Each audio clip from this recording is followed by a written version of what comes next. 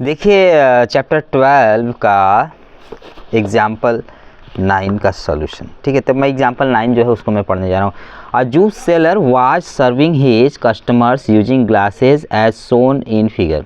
एक जूस बेचने वाला है, वो अपने कस्टमर को सर्विंग कर रहा है ना, अपने कस्टमर्स को सेवा दे रहा है ग्लासों का यूज करके। The inner diameter of the glass cylindrical glass was 5 centimetre. ये सिलेंड्रिकल ग्लास है, इसका अंदर का जो डायमीटर है वो आपका 5 सेंटीमीटर, माने रेडियस उसका आधा हो जाएगा। But the bottom of the glass had a hemispherical raised portion which reduce the capacity of the glass. मतलब वॉल्यूम, मतलब उस ग्लास में जितना वॉल्यूम आएगा जूस उसको रिड्यूस करता है। देखिए नीचे आपका ये हेमीस्फेरिकल पोर्शन है जो रेज्ड है, ऊपर की तरफ मतलब उठा हुआ है, रेज्ड है, रेज्ड पोर्शन है। ठीक है, ग्लास के हेमीस्फेरिकल मतलब सिलेंड्रिकल ग्लास के we reduce the capacity of the glass. अब इस ग्लास की कैपेसिटी को रिड्यूस करता है, माने बोले तो इसमें जितना जूस हटेगा तो देखने में तो लगेगा कि ये ग्लास पूरा है, सिलेंड्रिकल है, लेकिन नीचे से एक तरह से हेमीस्फेरिकल रेज्ड पोर्शन है ये। ठीक है, मतलब आपका जूस जो हटेगा इतने पर ही हटेगा। अब हमको कह रहा है कैपेसिटी मतलब वॉल्यूम मान लीजिएगा जो उसमें जूस हटेगा। If the height of a glass was,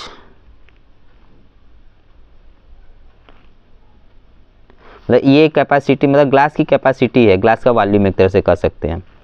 if the height of a glass was 10 centimetre, इस ग्लास का हाइट आपका 10 centimetre, find the apparent capacity of the glass. अब हमको अपारेंट मतलब जो आभास हो रहा है ग्लास, हमको आभास हो रहा है, मालूम दे रहा है ग्लास इतना ऊंचा है, लेकिन नीचे से क्या है, कैविटी है hemispherical. And its actual capacity बताइए, तो इस ग्लास का एक्चुअल कैपेसिटी कितना होगा, मतलब इतना जो है, इतना ये जो मैं ढक लिया, इतना जो ग्लास होगा, इस ग्लास इतने ग्लास का वॉल्यूम जो होगा वही उसका एक्चुअल कैपेसिटी होगा। तो आइए इसको सॉल्व करता हूँ। पाई का वैल्यू 3.14 रहेगा ना। तो अब देखिए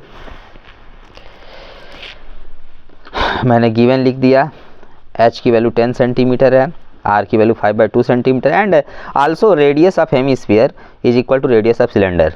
जो रेडियस हेमीस्फीयर का और रेडियस सिलेंडर के रेडियस के इक्वल है। ठीक है, आइए सॉल्व करते हैं। तो अपारेंट वॉल्यूम पहले मैं क्या मतलब अपारेंट कैपेसिटी ग्लास का मैं निकालता हूँ। ये ग्लास है आपका, इसका अपारेंट कैपेसिटी में निकालता हूँ इतना एक तरह से। ठीक है, इसको ढक लीजिए हेमीस्फेरिकल पार्ट को। तो क्या होगा, तो होगा नाउ अपारेंट कैपेसिटी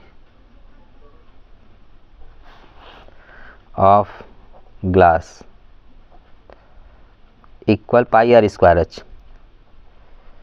पाई की वैल्यू कितनी है 3.14, आर की वैल्यू कितनी है आपकी 5/2 इंटू 5/2 आर स्क्वायर है, तो एच की वैल्यू 10 है और ये आपका सेंटीमीटर स्क्वायर आ जाएगा। ठीक है ना, ये आपका सेंटीमीटर स्क्वायर हो जाएगा। अच्छा, अब देखिए इसको सॉल्व करिए। 2 से ये 5 टाइम, ठीक, और 2 से ये कितने टाइम जाएगा, आधा करेंगे तो 1.57 टाइम। तो ये आपका 1.57 into 5 into 5 into 5 centimetre square. इसका आप मल्टीप्लाई कर सकते हैं, कितना आ जाएगा 5.55 जो 25, 25 5 जो 125, 1.57 इंटू 125। अब इसका मल्टीप्लाई कर लेते हैं हम लोग। तो ये आपका मल्टीप्लाई करने पर आ गया 196.25 सेंटीमीटर स्क्वायर। ठीक है, इतना आया। अब मैं क्या करूँगा, सिलेंडर जो हेमीस्फीयर उसका हेमीस्फेरिकल पोर्शन का मैं वॉल्यूम निकालता हूँ। वॉल्यूम ऑफ हेमीस्फीयर, ठीक है, नीचे से निकाला जाएगा काट के। अपारेंट जो सिलेंडर है, अपारेंट हाइट है जो सिलेंडर का, जो जितना सिलेंडर हमको अपारेंट दिख रहा है इतना बड़ा सिलेंडर, इसमें से ये इसका कैपेसिटी में निकालूंगा हेमीस्फीयर का, तब पता चलेगा एक्चुअल जो है एक्चुअल कैपेसिटी कितना है इसका ग्लास का। तो हेमीस्फीयर का निकालिए 2/3 पाई आर क्यूब। 2/3 पाई की वैल्यू 3.14, आर की वैल्यू कितनी थी 5/2 इंटू 5/2 इंटू 5/2 सेंटीमीटर क्यूब। ठीक है, 2 से 2 कैंसिल हो गया आपका, फिर 2 से ये कैंसिल होगा आपका 1.57 टाइम।